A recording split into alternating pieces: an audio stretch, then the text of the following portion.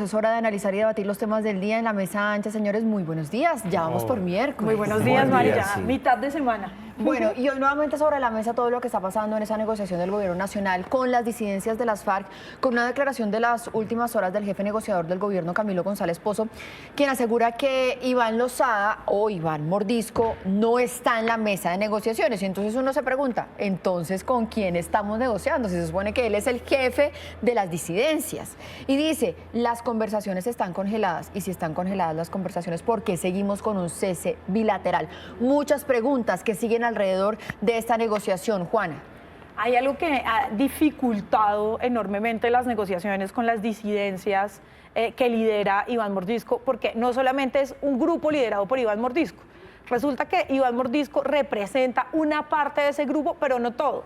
Las disidencias están compuestas por 20 subestructuras. O sea, esto es alucinante y en cualquier momento decimos o llegamos a contar 25, 27 o 19, ¿no? Esto es algo que puede ir cambiando porque estas subestructuras se tienden en algunos casos a unir o en algunos casos a separar, lo que dificulta enormemente estas negociaciones, y por esto se ha planteado que hasta qué punto deben continuar estas negociaciones y hasta qué punto se puede llegar a algún resultado con un grupo que está compuesto de muchos grupúsculos. Entonces, hay dos opciones, que yo creo que es la que está jugando el gobierno, y es intentar negociar con las pequeñas subestructuras para ir desarmando, pero esto tampoco nos garantiza que las estructuras que quedan no se dividan y no sigan reclutando, por ejemplo, que es algo que está pasando y que ha aumentado además en los últimos 2 años, que es el reclutamiento.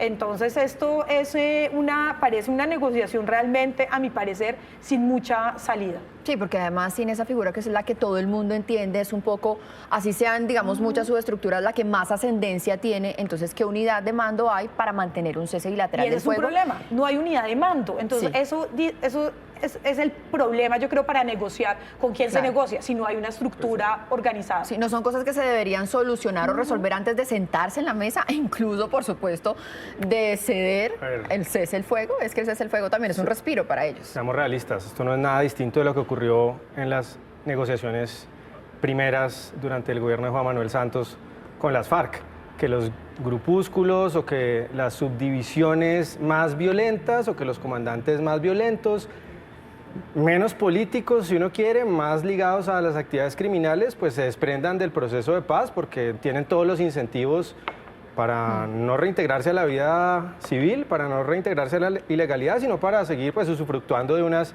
líneas de narcotráfico, líneas criminales. Es lo mismo que ya pasó, pues ahí salieron las disidencias de las FARC, ahora estamos viendo una nueva subdivisión y es lo mismo que va a seguir pasando porque, de nuevo, los incentivos están alineados para eso, no están alineados para nada distinto. Si el gobierno, que es lo que nos está diciendo, le dice a cualquier actor ilegal, oiga, si usted traiciona el proceso de paz, si usted no se quiere adherir a una oportunidad, le voy a dar una segunda oportunidad. Y si si ya le dio una segunda oportunidad, ¿por qué no una tercera o una cuarta? Indefinidamente negociaciones de paz. Eso es lo que produce el gobierno al darle otra oportunidad a actores como, por ejemplo, Iván Márquez, que traicionó el proceso de paz y de nuevo le tiende la mano. Y es lo que va a seguir ocurriendo. No podemos esperar nada distinto, Maritza. Pero una aclaración aquí, Julio César, y es que digamos que sí es muy distinto también este proceso al proceso de paz con las FARC, es que ahí había una delegación de negociación que era reconocida, había un jefe, es decir, todos sabíamos con quién estaba negociando el gobierno, Iván Márquez, Timochenko, Pastor Alape, Marcos Calarca, y uno sabía, ellos están ahí, están negociando.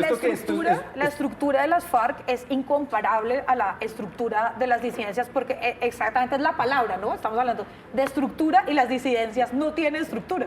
Son grupúsculos totalmente desorganizados, que es mucho más difícil de controlar, de negociar. Lo similar es que va a haber disidencias y luego disidencias de las disidencias. La pregunta que yo me hago es qué significa congelamiento, porque con digamos, el sector de Iván Mordisco hay suspensión del cese al fuego, o sea, el Estado está ejerciendo el control, pero ¿qué significa el congelamiento con esas negociaciones? ¿Será que vamos hacia un rompimiento?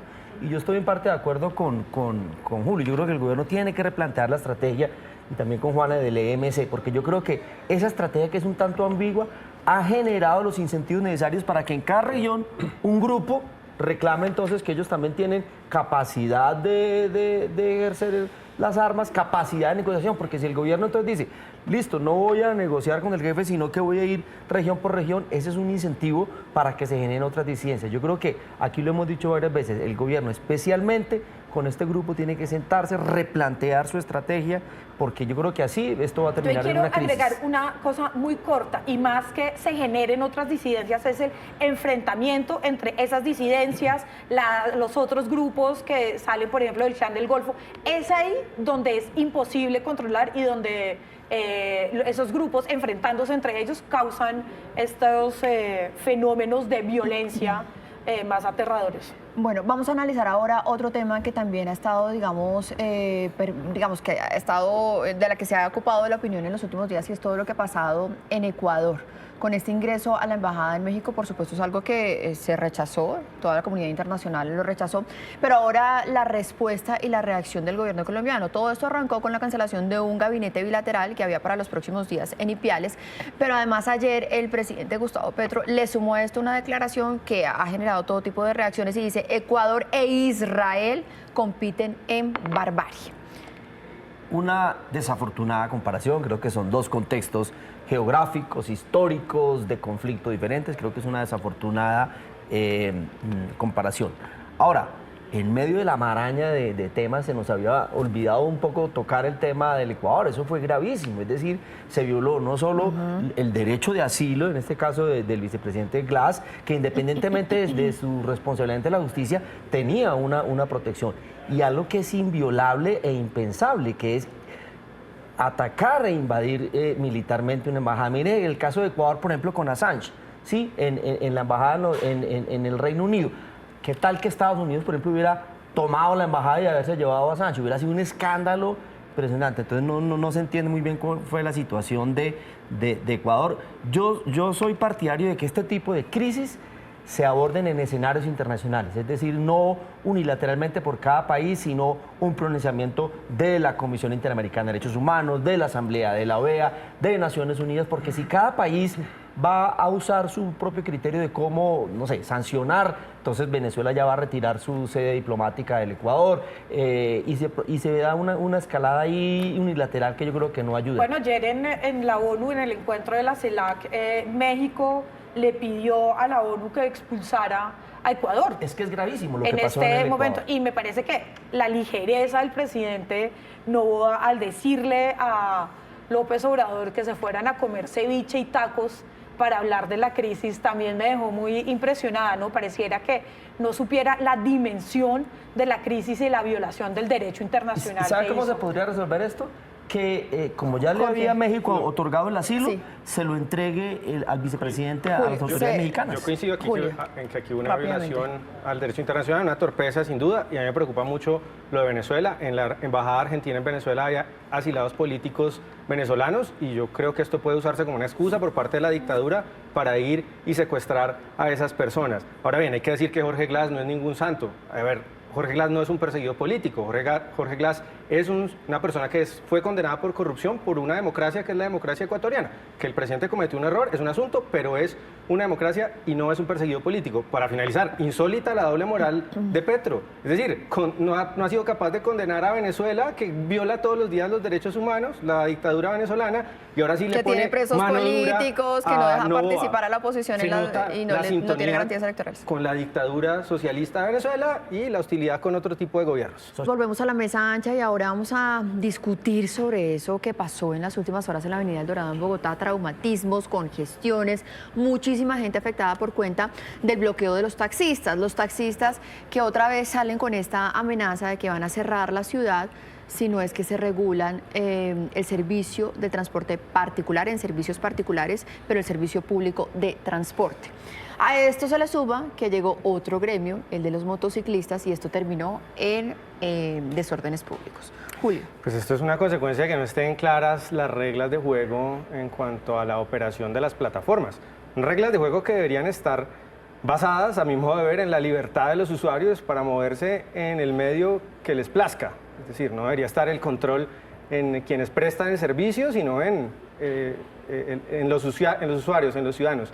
Y me parece pues, muy vergonzoso ver en esas imágenes del aeropuerto anoche uniformados a los taxistas que tienen una concesión millonaria que hay en el aeropuerto de Bogotá, dándose puños y patadas con los señores motociclistas. Eso no tiene ninguna presentación, ellos son beneficiarios de una concesión, les dio el Estado una concesión para que operen el servicio de taxi en el aeropuerto y no contentos con ese beneficio que tienen, un beneficio, un privilegio que tienen, Claro, pero tapan las vías del ellos aeropuerto. también, digamos, dicen, es que esto no es un beneficio, no, nosotros pagamos por eso, por Pero en todo poder caso- operar en el aeropuerto.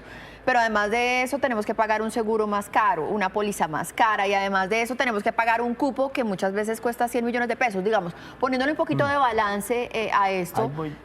Si, Ahí si voy lo yo, pagan Iván. es porque es rentable, yo Ahí creo, voy yo, Julio. Marisa, Yo que estoy de acuerdo en que el usuario debería poder elegir, pero por ejemplo, si un servicio particular, un carro quiere prestar el servicio público de transporte, no debería estar inscrito, regularizado, formalizado y pagar un impuesto por eso, como sucede, por ejemplo, en Ciudad de México. En Ciudad de México usted puede tomar un carro particular, pero inmediatamente queda registrada ese servicio y usted tiene que pagar un impuesto. ¿A usted no le parece que ese es el camino o que cualquiera pueda prestar el servicio en la informalidad? Yo creo que tiene que haber costos razonables para ambos. Quizá lo que estamos viendo es un problema con los cupos de los taxis, que efectivamente ha sido un manejo irregular, cupos que en Bogotá han superado los 100 o incluso más millones de pesos, y ese yo creo que es el malestar central, porque efectivamente tener un cupo de taxi es mucho más una caro barrera que de entrada al operar. mercado. Es una barrera de entrada al mercado. Ahora, son cupos que ellos mismos se han ido asignando, ¿no? Eso es una especie también de mafia y de cartel ahí adentro. Esto no es un cupo que es que el gobierno distrital dice que es que el cupo de un taxi cuesta esto, no, es entre ellos mismos que se han venido De acuerdo. dando esos cupos y ese... y yo creo que Acá los- también por la oferta y la demanda. Y yo ¿no?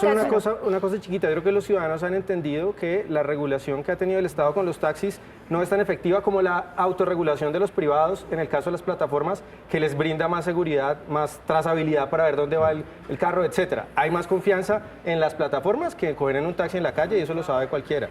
Aquí hay un problema y es que el Congreso de la República no ha querido legislar sobre este tema. Tienen una gran responsabilidad y es momento que retomen. Hubo en el 2019 un proyecto de ley que además reunió a diferentes bancadas, Centro Democrático, Cambio Radical, Partido Verde. Ahí estaba Mauricio Toro, Ahí recuerdo estaban perfectamente. muchísimas personas que estaban de acuerdo además en esto y es hora de retomarlo. Si no se legisla para que se regularicen estas plataformas, va a seguir pasando lo mismo constantemente. Además, esto implicaría no solo regularizar plataformas, sino también las empresas de taxis.